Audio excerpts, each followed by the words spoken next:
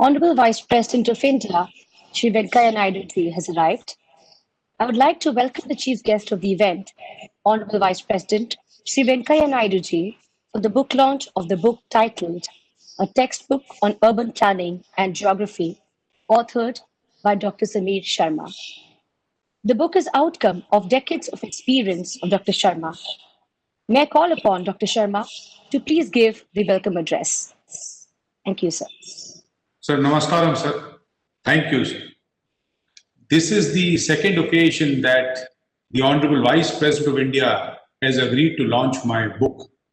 The earlier one was when he launched the first book on urban development titled Smart Cities Unbundled.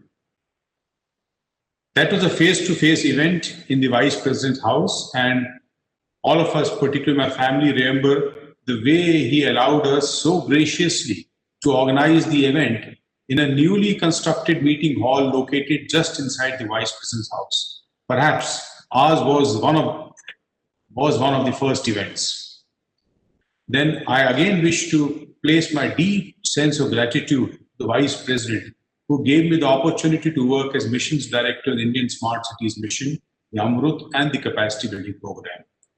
That helped me to apply several ideas I had learned during my doctorate in the United States and apply them to conditions prevailing in the Indian cities. Thank you, sir. The praxis which I developed there in those nearly 4 years was the prime driver behind this book. This book, sir, describes the way a theory is in the terms of not abstract but also frameworks, ideas, practices, worked its way through the West in a situation different from the Indian. This is then sort of paired with the circumstances prevailing in India, placing the issue or challenge in the Indian context side by side with the Western notions of what causes something to happen and why is expected to empower both students and practitioners to visualize how a theory would work in the Indian situation. So this book doesn't provide any direct answers. What it does is to allow practitioners to run questions through a theory in their minds so that they know what the theory says is likely to be the result of one course of action compared to another. As a result, visualization is enabled and learners get to know what to think and how to think in the Indian context. So as you're aware, so the contemporary Indian cities have gone through 4 stages. One is before the British rule. We can say before 1857 when the British rule was consolidated and UK took charge of India directly. And the second stage was from 1857 till our independence. The third stage is from our independence till 1991. Why 1991? Primarily because the National Commission on Urbanization was set up in the 80s, and 1991, sir, India opened up. And as you know, it let loose so much of animal spirits, including the locational constraints which were there earlier were removed. From 1991, so we have really enjoyed the benefits of globalization, which has had so much positive and also the accompanying negative effects. And that stage is still going on, sir. This book consists of 7 chapters. The first 2 chapters cover up to 1991, what happened within the city and what happened amongst the cities, what we call intra and inter-urban changes. The third chapter deals with changes beyond 1991. The fourth is on regional developments, are so important with all the mega cities, Mumbai, Delhi, Chennai, Kolkata, and now increasingly Hyderabad, Bangalore, and even to a certain extent Pune. The fifth deals with urban planning, the sixth with urban governance, and the seventh with the social landscape, which is over the informal sector. So urban planning is particularly very interesting because I use a lot of theories which were there from the West, and I have basically shown so that what is now being said in West as postmodernism is actually what was there in India, and we can also call it new traditional development. So finally, I would like to confess that this is a dream come true for me. As an undergraduate student, I used to read some classic textbooks, such as the one on statics and dynamics written by Gorakhnath of Delaware University, and Richard Feynman's lectures on physics. At that time, I used to think, why should I not write a book like that? Or this book is not in that league it's a small effort to fulfilling that dream of mine. Thank you, Honorable Vice President, sir. Thank you once. Thank you so much, sir. Now, may I call upon Sri Hitesh Vaidyaji, Director, National Institute of Urban Affairs, to kindly introduce the book to our audience. Over to you, sir. Namaskar, sir. This is indeed a very, very proud moment for me to introduce the textbook on urban planning and geography, authored by Dr. Samir Sharma in the presence of our Honorable Vice President.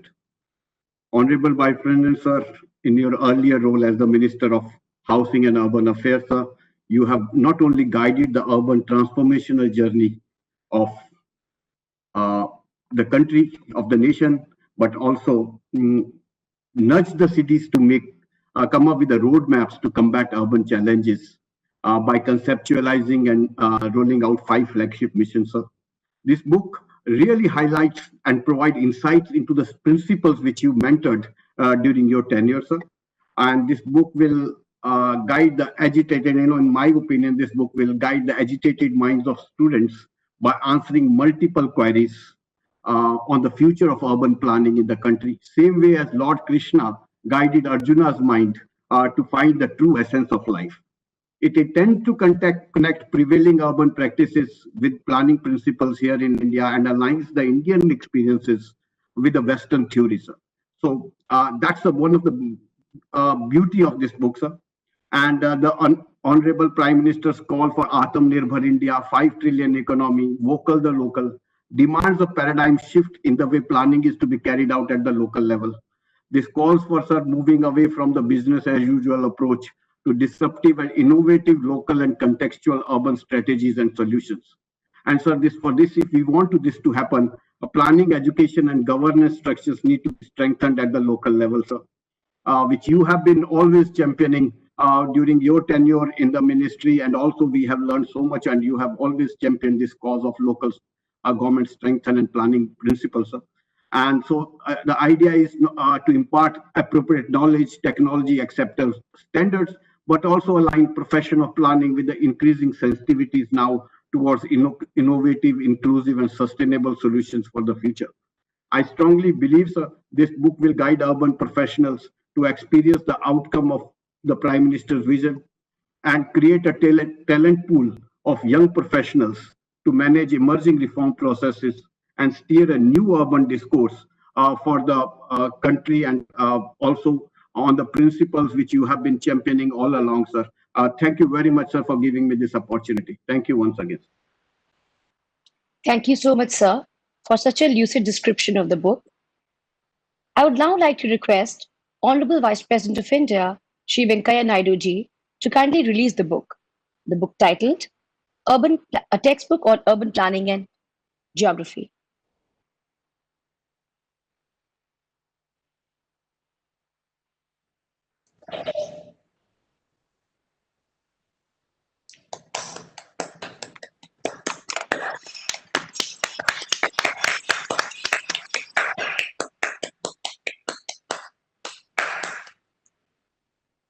Thank you so much, sir. Honorable Vice President, sir, may I now request you to kindly address this August gathering.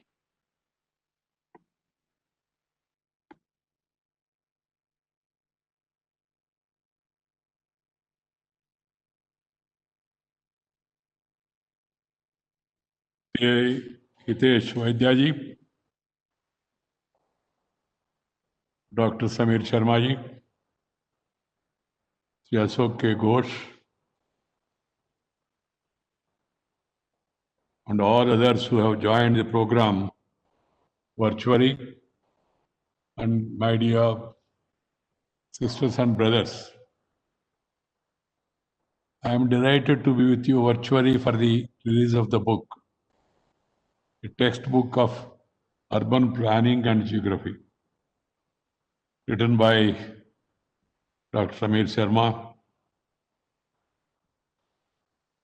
And I would like to extend my hearty congratulations to Dr. Samir Sharma, Director General and CEO of the Institute of Corporate Affairs, for the efforts he has put in this work. Dr. Samir Sharma always used to work hard and used to impress one and all by his thorough understanding of the subject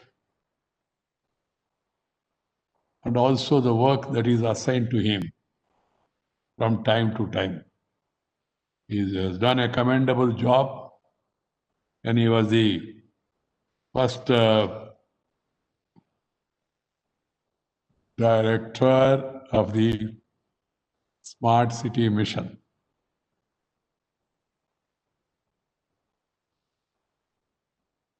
The book is very timely as we go through a shift in how we view the urban, the post-COVID era. The concept of urbanism. Friends, cities are the engines of economic growth in any modern economy. They are the centers of trade, administration, culture, entrepreneurship, academia, and many more things. Cities are also the crucible of our multicultural and diverse nation. People from all backgrounds, languages, regions come to the city for opportunities, make their own mark on the city's culture, shaping it and getting shaped by it. If one wants to experience the mosaic of Indian culture, one has to simply visit an Indian city.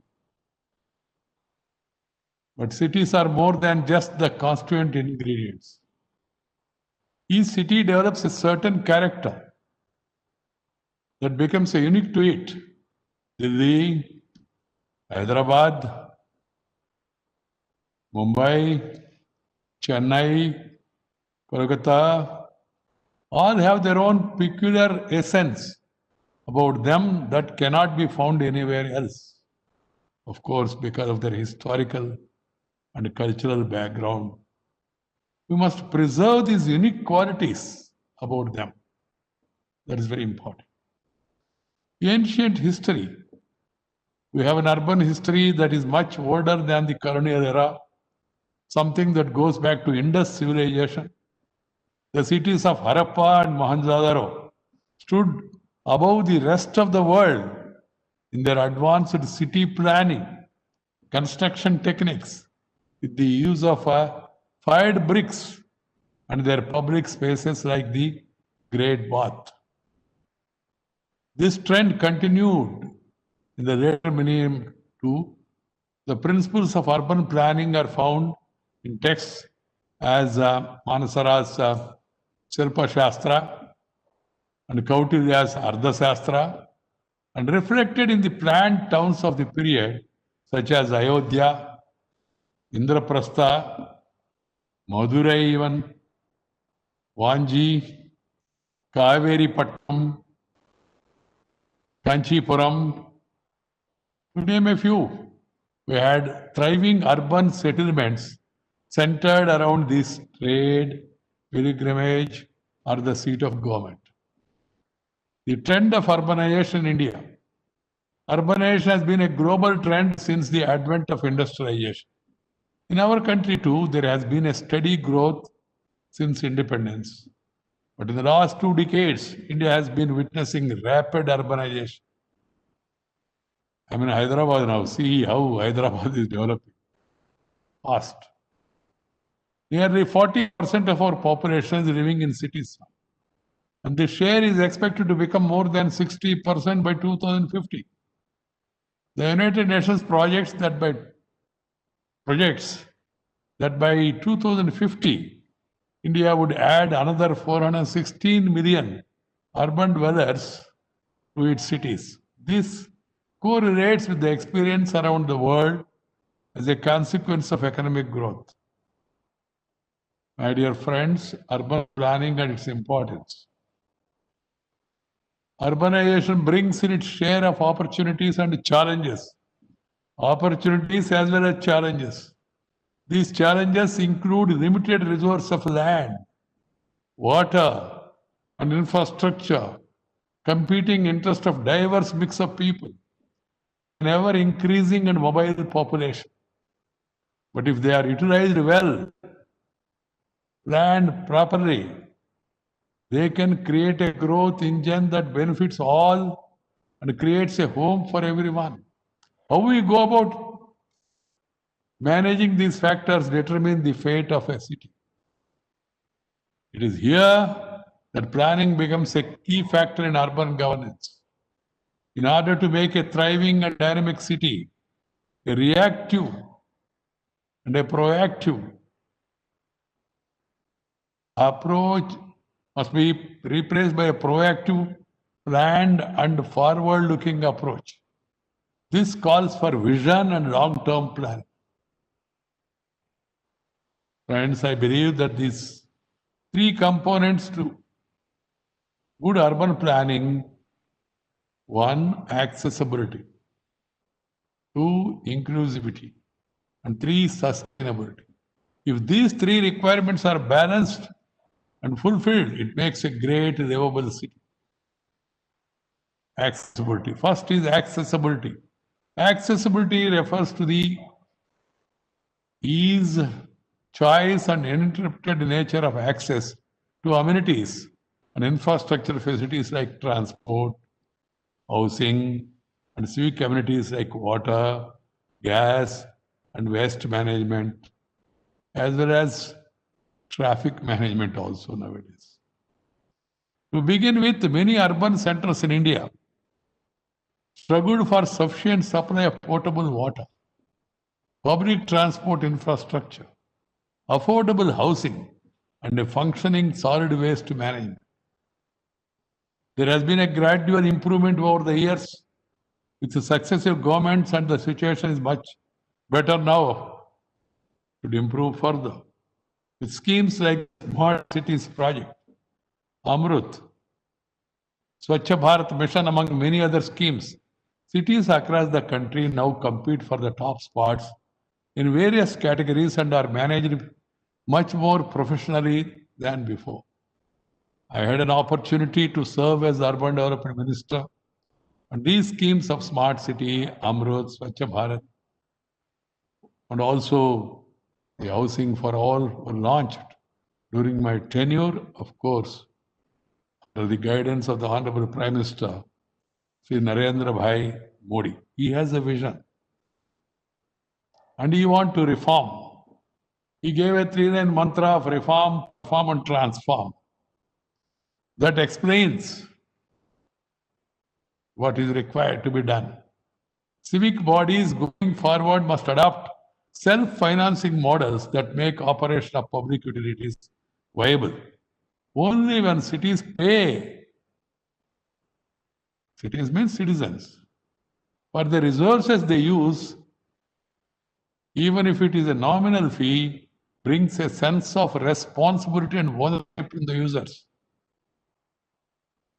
There is a proven best practice in India and elsewhere that without a fee, drinking water supply ran the risk of complete depletion in many urban areas. We should avoid that situation.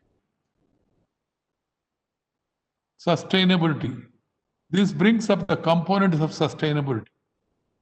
City planning must also pass the test of sustainability, be in the financing of civic communities, be it in encouraging green buildings, recycling waste, harvesting rainwater, reduce, reuse, recycle, promoting public transport, among other good practices.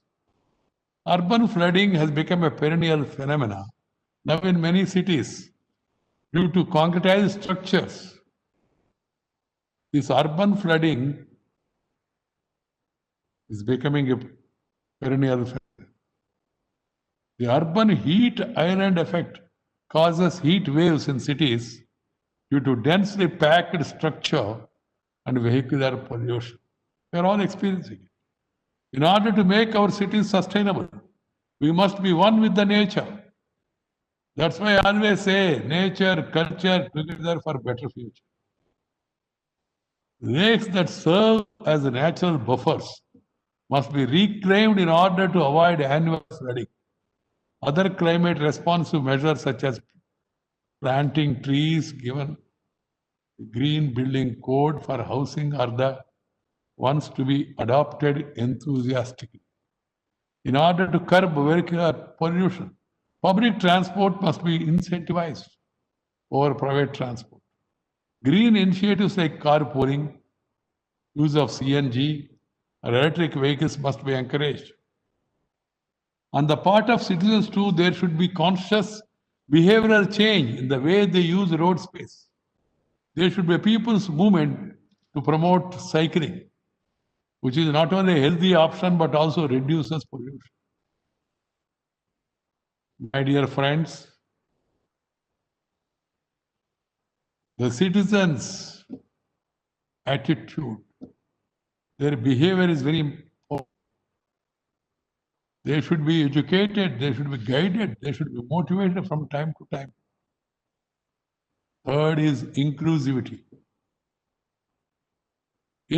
Finally, an integral component of planning of the livable city is that of inclusivity. A city cannot be for the few. It is of the and for the many who inhabit it and call it their own home. But unfortunately, the urban poor often get excluded in cities' scape. We must make sure that the migrant coming from a rural area must not live in substandard conditions. The domestic help living in the city's periphery must not struggle to move for transit to work. The slum dweller must not struggle for access to water, education, and health care. The street vendor must not be harassed by civic authorities. City planners must build the city to accommodate and protect the interest of homeless and poor people too, and not just those living in the gated communities. They should all be part of the planning. Urban planning must have an inclusive component. Various urban programs of the government, like the National Urban Livelihood Mission and Housing for All, have a huge boost they provide for urban poor infrastructure and have been providing economic opportunities. I appreciate the government for these initiatives and other concerted efforts be taken at the local level to alleviate poverty, because the central government can plan, can finalize the programs, can fund also. At the end of the day, the implementation rests with the state and with the civic bodies. So in the final analysis, cities must ensure that their residents live in a comfortable manner. Comfortable, I add further, in a happy environment. The government's ease of living index ranks cities on this basis of livability. Improving this index should be the goal of all the citizens, cities in India. I commend all those cities that have been appearing consistent in the top 10 in these rankings. Cities as living, breathing spaces. In many cities, the breathing space is not provided adequately. In order to make cities livable in urban centers, we must ensure they are not only provide comfort to people, but also raise the happiness quotient of the people. For that, these are my suggestions. Firstly, urban planning must be done with the local aesthetic and local traditions. In our blind limitation of the West, we have made all our cities look like uniform, anonymous, and without any reference to its history. The city must speak of its history, its culture, its heritage. The idea of a city has become equated with only buildings, paved roads, and flyovers. Remember, a city that does not recognize its past cannot have a future. The preservation of heritage in historic cities is the principle behind the Hriday scheme. More cities should be added to the program. We must ensure that every city reflects its unique traditions. Secondly, the cities must have vibrant public spaces and not secluded apartments alone. Shared civic activity is what makes a city. This used to be a feature in older cities, when people would meet and greet each other. Nowadays, there is a very little shared activity and a very little feeling of a community togetherness. A community bonding grows only if the families interact regularly, share and learn from each other's experience. We should spend money on building libraries, public parks, and museums. We should plan for the cultural exhibitions, annual auditoriums, and public recreation centers for people to mingle and exchange ideas. Thirdly, cities are often described as concrete jungles, but they are very far away from an actual jungle. In our aspiration for a modern lifestyle, we lost all connection with the nature. This is acutely felt in urban areas. Many a time we find that even sun rays do not penetrate our homes. We must be able to live with the sun, with the moon, light, air. It really improves the quality of life. Our planning, I suggest all planners should keep in mind the planners of the cities, the towns, even the architects who plan for public utilities buildings or the residences, they must keep in mind proper ventilation and air circulation must be ensured in houses, offices, restaurants, and conference halls. We have experienced this COVID pandemic. See why the rural people do not suffer much. Why there is minimum cases in the rural areas? Because of openness. Because they are able to live with the nature. In urban areas, everything is closed, including minds. We must have open spaces. We must have sun rays. Your old Vastu Shastra also. What is Vastu? Light, air, flow of water, and public convenience, all these things. But the modern trend, which has to be reversed at the earliest, is having closed environment. You travel in car, closed AC. You go to your office, closed. You go to restaurant, also closed. And then you go to any place, everything is closed. So what will happen to the health?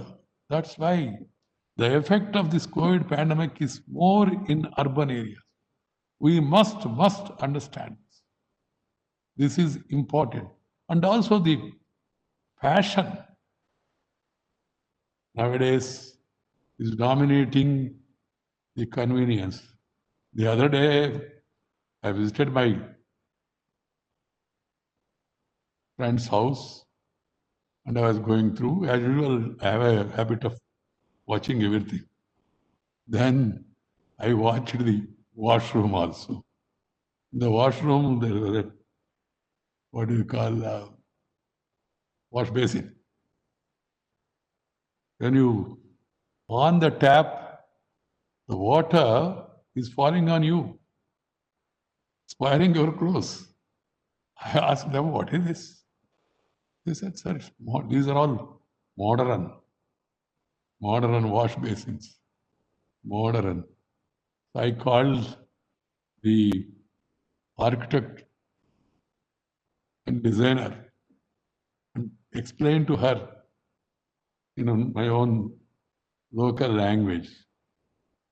I told her, asked her, Saundaryama, Saukaryama. Saundaryama, Saukaryama. Is it fashion or the comfort utility. Think about it. Passion should not be for fashion. It should be for convenience, comfort. This should become part of the architecture and decoration. We should not cover the entire city with built-up structures. We must allow the cities to breathe with more open space, parks and gardens. Playgrounds have disappeared, and very often we find children playing in crammed, crowded streets. Even the schools are all now in multi-story buildings. There is no space to play. Physical fitness provides you mental alertness. For the physical fitness also you need some open space. In our anxiety for a clean city, we have paved all possible areas with cement and concrete. A tightly paved urban area is one of the reasons for runoffs during the floods. Pavement should be permeable so that water can seep in and fill our water tables. We should allow the trees to grow deep into our soil. This is good for us, the soil and the city. Migration problems are the new challenges. It should be remembered that merely expanding urban agglomerations without addressing the problems faced by the rural people will only increase urbanization. That's why late Abdul Kalam spoke of Pura, providing urban facilities in the rural area, rural people. We have to go to the root of the issue and see why people are migrating to our rural areas. They do so largely because of two compelling reasons. One, unemployment, and two, lack of access to basic communities they would get in urban areas. We have to address these issues in rural areas along with improving the urban livability in order to achieve a balanced and sustained growth. Few words about this book. I would like to commend the author, Dr. Samir Sharma, and the publishers for coming out with this book. I'm happy to note that the author has advocated homegrown solutions for cities based on our experience and indigenous knowledge on city planning, rather than blindly aping the West. This is a good suggestion that city planners must take note of. May this book trigger many conversations, inspire more research in this field, and spark new innovations in urban planning. I hope it will find wider leadership and then provide for discussion among the planners, the people, and the citizens. I wish all the best for Dr. Samir Sharma and also publishers. Thank you very much. Namaskar. Jai Hind. Thank you, Honorable Vice President, sir, for your words of wisdom.